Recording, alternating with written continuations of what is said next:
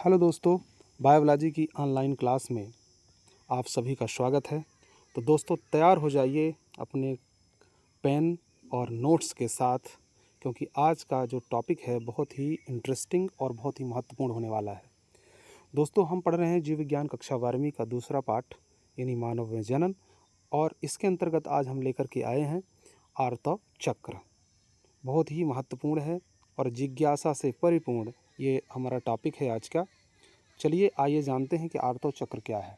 दोस्तों सबसे पहले ये देखते हैं कि आपकी जो NCERT की बुक है उस बुक में क्या लिखा हुआ है। तो आपके स्क्रीन में दिख रहा है, यहाँ पे हम कुछ कटिंग इसकी लेके आए हैं, जहाँ आवश्यक चीज़ें हैं उनको आइए लाइन टू लाइन देखते हैं। तो मादा प्राइमेटो, इसकी पहली लाइन में शुरू करते हैं। मादा प्राइमेटो जैसे कि बंदर है, कपी है और मनुष्य है में होने वाले जनन चक्र को आर्तव चक्र या सामान्य जनों की भाषा में मासिक धर्म या माहवारी कहते हैं। यानी बंदर हो, कपी हो या मनुष्य हो, इनमें जो जनन चक्र होता है उसी को हम क्या कहते हैं अपनी भाषा में माहवारी या मासिक धर्म कहते हैं। ठीक है ना। प्रथम ऋतुस्राव जो होता है, प्रथम रजो धर्म, ठीक है, की शुरुआत जो होती है यौवनारंभ से शुरुआत होती है। यानी लड़कियों में जब इसकी शुरुआत होती है कब, जब यौवनारंभ इनका शुरुआत होता है तब। ठीक है ना, जिसे हम रजो दर्शन या मेनार्क कहते हैं। अब यहाँ से कई बार विकल्प या सही जोड़ी बनाने के लिए छोटे छोटे ऐसे बिंदु आ जाते हैं। तो मेनार्क आपको याद रखना है, ये रजो दर्शन कई बार मेनार्क के रूप में भी आ जाता है और कई बार रजो दर्शन कह के आता है। तो मेनार्क और रजो दर्शन दोनों याद रखना है।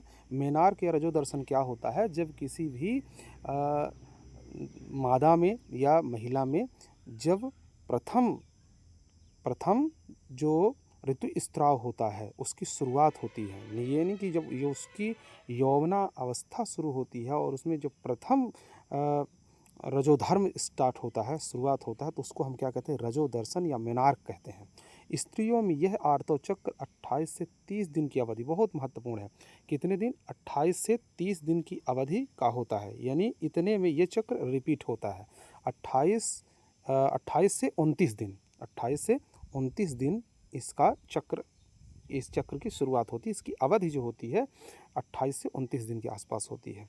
ठीक है ना। इसलिए एक रजो धर्म से दूसरे रजो धर्म के बीच की घटना को हम क्या कहेंगे, आर्तव चक्र। बहुत छोटी सी परिभाषा दी गई है कि एक रजो धर्म या ऋतुस्राव से दूसरा रजो धर्म या ऋतुस्राव के बीच का जो समय होता है उसको हम क्या कहेंगे, आर्तव चक्र कहेंगे। और प्रत्येक आर्तव चक्र के मध्य में एक अंडाणु उत्सर्जित किया जाता है, यानी अंडोत्सर्ग की क्रिया होती है। ठीक है, अंडोत्सर्ग क्रिया कब होती है, आर्तव चक्र के मध्य में होती है। यानी एक आर्तव चक्र और दूसरे आर्तव चक्र के बीच का जो समय होता है उसकी मध्य अवस्था में ही क्या होता है कि जो अंडोत्सर्ग की क्रिया होती है वो होती है। ठीक है ना, हमने पढ़ा भी है, जब अंडाशय की संरचना हम पढ़ रहे थे तो उस टाइम पर अंडोत्सर्ग की क्रिया जो है उसके बारे में हमने पढ़ा है।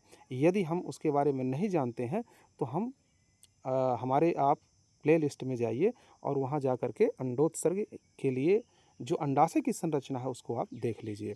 ठीक है ना। तो ये तो बात हो गई अंडोत्सर्ग की। आर्तव चक्र की प्रमुख घटनाओं को यहाँ पे अभी देखिए, उसको हम देखेंगे, उसका रेखा चित्र देखेंगे।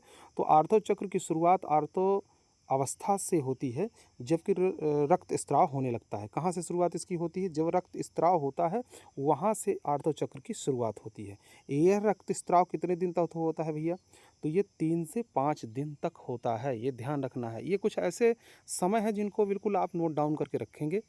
रक्त स्त्राव यानी आर्तव चक्र की शुरुआत कब से होती है, जब से रक्त स्त्राव शुरू होता है उसी दिन से मान ली जाती है। और यह रक्त स्त्राव जो होता है वो 3 से 5 दिन तक होता है। ठीक है। गर्भाशय से इस रक्तस्राव के कारण गर्भाशय की अंतः परत और उसकी जो रक्त वाहिनियाँ होती हैं वो नष्ट हो जाती हैं। ठीक है ना, ये चीज़ आपको थोड़ा सा याद रखने योग्य है। और कुछ क्या लिखा हुआ देखिए, एक तरल के रूप में धारण। आप देखिए जो गर्भाशय की रक्तवाहिनियाँ वगैरह हैं और गर्भाशय की अंतः परत जो होती है ये सभी नष्ट हो जाते हैं और योनि से बाहर रक्तस्राव के रूप में बाहर आते हैं। रजोधर्म तभी आता है जब मोचित अंडाणु निषेचित नहीं होता है। ये कब की कंडीशन होती है भैया, ये तब होता है जब अंडाणु का निषेचन नहीं होता है, तब क्या होता है, रजोधर्म की शुरुआत होती है। अब रजोधर्म की अनुपस्थिति गर्भधारण का संकेत है। अब आपको ध्यान रख लेना है, यदि मान लीजिए कि जो रजोधर्म है आपका, ऋतुस्राव है, मासिक धर्म जो है, ये यदि ना हो अपने टाइम पर, तो उसका एक कारण क्या हो सकता है, गर्भधारण का संकेत है। परंतु ऐसा हमेशा नहीं है, ये और कई कारण हो सकते हैं। जैसे मान लीजिए तनाव है, निर्बलता है, स्वास्थ्य सही नहीं है, तो ऐसी दुर्बलता, कमज़ोरी, इन सभी कारणों से भी यह प्रभावित हो सकता है। आर्तव प्रावस्था के बाद पुटकी प्रावस्था आती है। कौन सी प्रावस्था आती है? पुटकी प्रावस्था। जैसे आर्तव प्रावस्था की शुरुआत होती है, रक्तस्राव शुरू होता है, तो इसके पश्चात क्या होता है, पुटकी प्रावस्था होती है, जो कहाँ होती है, अंडाशय में होती है। और इस प्रावस्था के दौरान गर्भाशय के भीतर, यहाँ गर्भाशय नहीं, यहाँ अंडाशय के भीतर प्राथमिक पुटक, क्योंकि प्राथमिक पुटक कहाँ बनेगा, अंडाशय में बनेगा, ये थोड़ा मिस्टेक है, तो यहाँ पर ध्यान रखना है कि प्राथमिक पुटक कहाँ बनेगा, अंडाशय के अंदर। तो प्राथमिक पुटक अंडाशय में वृद्धि करता है और यह एक पूर्ण ग्राफी पुटक बन जाता है, ठीक है। तथा इसके साथ ही गर्भाशय में प्रचुरोद भवन, यानी कि जिसको पॉलीफरेशन कहते हैं। और ये पॉलीफरेशन में क्या होता है, अंतः स्तर जो होती है, एंडोमेट्रियम जिसको कहते हैं, वो पुनः बन जाती है। अंडाशय और गर्भाशय के ये परिवर्तन पीयूष ग्रंथि तथा अंडाशयी हार्मोन के स्त्राव के स्तर में बदलाव को प्रेरित करते हैं, ठीक है। पुटक प्रावस्था के दौरान, जब पुटकी अवस्था होती है, ठीक है ना, तो उसके दौरान गोनाडोट्रोपिन हार्मोन कौन कौन है भैया, तो इसमें दो हैं, LH और FSH। LH के बारे में भी हम जान चुके हैं। LH का मतलब होता है ल्यूटिनाइजिंग हार्मोन और FSH का मतलब होता है फॉलिकल स्टिमुलेटिंग हार्मोन्स, यानी पुटिका प्रेरक हार्मोन्स, ठीक है ना। तो इस प्रकार से ये दो हार्मोन्स जो होते हैं, इनका स्तर धीरे धीरे बढ़ना शुरू करता है, ठीक है। ये कब, पुटकी प्रावस्था, यानी कि जो पुटक प्रावस्था होती है, तो ये दो हार्मोन्स धीरे धीरे बढ़ने लगते हैं। और यह स्त्राव पुटिका परिवर्धन के साथ साथ वर्धमान पुटक द्वारा एस्ट्रोजन के स्त्राव को क्या उद्दीपित करता है, जो एक एस्ट्रोजन हार्मोन है, इसको भी यह प्रेरित करते हैं। ये दोनों हार्मोन्स जो होते हैं, ये धीरे धीरे एस्ट्रोजन के स्त्राव को भी उद्दीपित करते हैं। अब फिर SH जो होता है, SH तथा LH तथा SH FSH, ये दोनों ही आर्तव चक्र के मध्य में, यानी 14वें दिन के लगभग, ये क्या होता है, अपनी उच्चतम सीमा को प्राप्त कर लेते हैं। मध्य चक्र के दौरान LH का, ध्यान रखना, ल्यूटिनाइजिंग हार्मोन का अतीव्र स्त्राव या स्त्राव अधिकतम स्तर पर होता है और इसे क्या कहते हैं, LH सर्ज कहते हैं। क्या होता है, मध्य प्रावस्था ने लगभग 14वें दिन के आसपास जो LH होता है, ये अपने उच्चतम स्तर तक होता है, यानी कि इसका स्त्राव जो होता है अधिकतम होता है, और इसे हम क्या कहेंगे, LH सर्ज कहेंगे। यह ग्राफी पुटक को फटने के लिए प्रेरित करता है। अब देखिए, यहाँ से प्रश्न बन सकता है भैया कि कौन सा ऐसा हार्मोन्स है जो अपनी अधिकतम सीमा पर होता है तो ग्राफी पुटक फटने के लिए प्रेरित करता है। तो ये कौन सा है भैया, LH होता है, जो क्या करता है, जो अपनी अधिकतम स्त्राव की अवस्था में क्या करता है, ग्राफी पुटक को फटने के लिए प्रेरित करता है और अंडाणु जो होता है मोचित होता है, जिसे हम क्या कहेंगे, अंडोत्सर्ग कहेंगे। अंडोत्सर्ग क्या होता है, ग्राफी पुटक किसके, LH के अधिकतम स्त्राव की अवस्था में क्या होता है, फटता है, और जो द्वितीयक अंड होता है वह बाहर आता है। इस क्रिया को हम क्या कहेंगे, अंडोत्सर्ग कहेंगे। अंडोत्सर्ग के पश्चात क्या होगा भाई, पीत अवस्था होती है, ध्यान रखना है, पीत अवस्था, ठीक है। और इस पीत अवस्था में क्या होता है, जो पुटिका कोशिकाएं शेष होती हैं, हम संरचना में भी आपको बताए हैं, अंडाशय की संरचना में भी, कि जैसे ही अंडोत्सर्ग होता है तो शेष बची जो पुटिका कोशिकाएं होती हैं, ठीक है ना, ग्रैन्युलोसा जो कोशिकाएं होती, कणकी जो कोशिकाएं होती हैं, यह क्या करती हैं, एक विशेष संरचना बनाती हैं, जिसे पीतपिंड या कार्पस ल्यूटियम कहते हैं। क्या कहेंगे उसको, पीतपिंड या कार्पस ल्यूटियम कहेंगे, ठीक है ना। यह पीतपिंड जो होता है प्रोजेस्टान नामक हार्मोन को क्या करता है, स्त्राव करता है, भारी मात्रा में स्त्राव करता है। और यह प्रोजेस्टान हम बता चुके हैं आपको पहले भी कि गर्भाशय की जो अंतः दीवार होती है उसको बनाए रखने के लिए आवश्यक होता है। सभी को आप अंडरलाइन कर लेंगे। यदि आपके पास बुक है तो बुक रख के देखते चलें, तो आपको लाइन टू लाइन अंडरलाइन कर लेना है, कहाँ से कौन सी लाइन आ जाए, कौन सी महत्वपूर्ण है, ये कहना इतना आसान नहीं है, ठीक है ना। इसलिए आपको पढ़ते समय अंडरलाइन करते चलना है। अब गर्भाशय के लिए आवश्यक है, सगर्भता के दौरान आर्तव चक्र की सभी घटनाएं बंद हो जाती हैं। अब यदि मान ली गर्भधारण हो गया है तो शेष जो है आर्तव चक्र की घटनाएं जो होती हैं, पुटिका अवस्थाएं, अंडोत्सर्ग, ये सारे जो भी चरण होते हैं, ये सभी क्या होते हैं, बंद हो जाते हैं जब निषेचन नहीं होता। किंतु जब निषेचन नहीं होता तो यह जो पीत पिंड होता है उसमें ह्रास होता है और यह अंतः स्तर का विखंडन करता है। अब देखिए कौन ह्रास कर रहा है भाई, तो जो पीत पिंड होता है वही कार्पस ल्यूटियम ही क्या होगा, विखंडित होता है, ठीक है ना। पीत पिंड जो होता है इसमें ह्रास होता है, विखंडित होता है और अंतः स्तर का विखंडन करता है, जिसे फिर से रजोधर्म का के नए चक्र की शुरुआत होती है। अब आपको ये चीज़ें ध्यान रखना है, ठीक है ना। तो इस प्रकार से पीत पिंड जो होता है प्रोजेस्टेरॉन को स्त्रावित करके और क्या करेगा, एक तो अंतः स्तर की यानी अंडा जो गर्भाशय की अंतः स्तर होती है उसको सुरक्षित भी करता है। और जब निषेचन ना होने की स्थिति में, निषेचन जब नहीं होता है तो ऐसी स्थिति में यह जो पीत पिंड होता है ये नष्ट हो करके और क्या करेगा, यह अंतः स्तर को विखंडित करने में क्या करता है, प्रेरित करता है, ठीक है। अब होता क्या है, स्त्रियों में आर्तव चक्र जो होता है 50 वर्ष तक की उम्र तक लगभग चलता रहता है और इसके पश्चात बंद हो जाता है, ठीक है ना। अब जो 50 वर्ष की उम्र के बाद या 50 वर्ष की उम्र में जब मासिक धर्म बंद हो जाता है तो इसको हम क्या कहते हैं, रजोनिवृत्ति कहते हैं, जिसको मीनोपाज भी कहा जाता है, ठीक है ना। तो रजो दर्शन क्या है, रजो दर्शन आपने देख लिया, प्रथम माहवारी जो होती है उसको रजो दर्शन, ठीक है, या मेनार्क कहते हैं। और जब 50 वर्ष की उम्र में जो मासिक धर्म जब बंद हो जाता है उसको हम क्या कहते हैं, रजोनिवृत्ति या मीनोपाज कहते हैं, ठीक ना। तो इस प्रकार से रजो दर्शन से लेकर के रजोनिवृत्त की अवस्था में चक्री रजोधर्म सामान्य जनन अवधि का सूचक होते हैं, ठीक है ना। तो ये तो आपकी बुक में लिखा हुआ है। अब थोड़ा सा इसके कुछ ग्राफ को समझ लेते हैं, या एक आपको ग्राफ दिखाया जा रहा है। इस ग्राफ में क्या चीज़ें दिखेंगी, इसमें देखिए, ये देखिए ये गर्भाशयी घटना, यहाँ पर जो चीज़ बताया हुआ है ये गर्भाशय में होने वाली घटनाएं हैं और यहाँ अंडाशय में हार्मोन का स्तर है और ये अंडाशयी घटनाएं हैं, ठीक है ना। और फिर ये क्या है, पीयूष ग्रंथि का स्तर है। पीयूष ग्रंथि से 2 हार्मोन्स निकलते हैं, ये तो हमको पता ही चल ही गया है कि एक है FSH फॉलिकल स्टिमुलेटिंग हार्मोन और दूसरा है LH जिसको ल्यूटिनाइजिंग हार्मोन्स कहते हैं, ठीक है ना। ये पुटिका प्रेरक हार्मोन है और ये क्या होता है, ये इसको कहते हैं LH ल्यूटिनाइजिंग हार्मोन कहेंगे, ठीक है ना। तो इस प्रकार से 2 हार्मोन्स पीयूष ग्रंथि के द्वारा स्त्रावित होते हैं और ये हार्मोन्स क्या करते हैं, ये सभी घटनाओं को कंट्रोल करते हैं। तो चलिए आइए देखते हैं कहाँ पर कौन सी चीज़ें हो रही हैं। तो सबसे पहले गर्भाशय की घटना देखिए, और यहाँ ये नीचे जो दिया हुआ है 1 से लेकर के और यहाँ 29 दिन तक का पूरा दिया हुआ है। अभी हमने क्या देखा कि जो लगभग रजो धर्म चक्र जो होता है, आर्तव चक्र जो होता है 28 या 29 दिन की इसकी अवधि होती है इस चक्र की। तो यहाँ पूरा एकदम एक एक दिन का पूरा हिसाब यहाँ पे लिखा हुआ है, बताया हुआ है।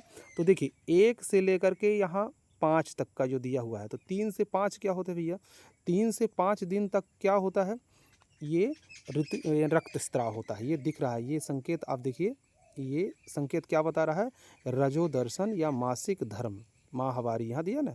तो ये बताया हुआ 3 से 5 दिन की अवधि जो होती है ये लगभग क्या होती है, रक्तस्राव की होती है, ठीक है। ये कहाँ, ये गर्भाशय की घटना में है। इसके पश्चात ये बताया रहा पुटकी प्रावस्था या प्रचुरोद भवन की अवस्था। दूसरा स्टेप इसमें क्या होता है, पुटकी अवस्था। तो पुटकी अवस्था कहाँ होगी भैया, ये तो अंडाशय में होगी। ये क्या है, ये पुटकी अवस्था में चलेगी, इसमें हम बात करेंगे। और प्रचुरोद भवन की अवस्था कहाँ होती है, तो ये गर्भाशय में होती है। प्रचुरोद भवन के बारे में हमने अभी क्या पढ़ा, पॉलीफेरेशन अवस्था क्या होती है, जब जो गर्भाशय की अंतः स्तर जो होती है, गर्भाशय की अंतः स्तर का निर्माण हो जाए, ठीक है ना, अंतः स्तर बनने लगे या बन जाए, तो इसको हम क्या कहते हैं, प्रचुरोद भवन प्रावस्था कहेंगे, ठीक है। तो ये 5 से लेकर के और 29 दिन के बीच 5 से लेकर के 29 दिन के बीच जो अंतः स्तर होती है ये बनी रहती है। यानी 5 दिन जैसे ही रक्त स्त्राव बंद होता है वैसे ही क्या होता है, यहाँ पर इसका निर्माण शुरू हो जाता है, प्रचुरोद्भवन की प्रक्रिया शुरू हो जाती है जो अतिशीघ्रपूर्ण होकर के और अंतः स्तर को बना देती है। और ये कब तक बनी रहती है? 29 दिन तक। ठीक है ना, ये ध्यान रखना है आपको। स्त्रावी अवस्था जो यहाँ पे दिया हुआ है, स्त्रावी अवस्था का मतलब है ये अंडाशय के लिए है। क्योंकि यहाँ पर क्या हो रहा है देखिए, अब जब हम अंडाशय की बात करेंगे तो अंडाशय में ये बात आएगी, ये स्त्रावी अवस्था होती है जो लगभग 15 दिन के बाद से ही स्टार्ट होती है। 15वें दिन यानी 14वें दिन के बाद स्टार्ट होती है स्त्रावी अवस्था। और अगले चक्र की शुरुआत कहाँ होती है? 29 के बाद यानी पहला दिन। ठीक है ना, ये तो हो गए गर्भाशय। गर्भाशय में जो परिवर्तन आते हैं वो परिवर्तन क्या आते हैं? एक तो ये है कि उसकी अंतः स्तर एक बार नष्ट होती है और नष्ट होने के साथ रक्तस्राव चलता है और इसके पश्चात उसका निर्माण होता है। 2 चीज़ें। अब हम चले अंडाशय में। तो अंडाशय में देखिए कि सबसे पहले क्या है? पुटक का निर्माण होगा। यानी जो अंडाणु है, प्रथम अंड और फिर द्वितीय अंड और फिर तृतीयक अंड। ठीक है ना, तो द्वितीयक अंड तक ही हमको समझना है। ठीक है ना, तो ये देखिए पुटकी अवस्था का मतलब क्या हुआ कि यहाँ अंडाणु का निर्माण हो रहा है क्रमशः। ये कहाँ हो रहा है? ये अंडाशय में हो रहा है।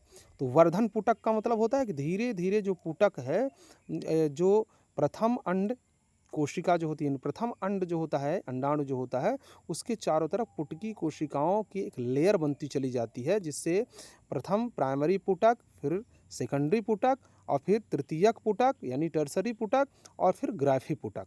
ये ग्राफी परिपक्व पुटक बन जाता है। तो ये क्रमशः ये अवस्थाएं चलती हैं। कहाँ चलती हैं? अंडाशय के अंदर।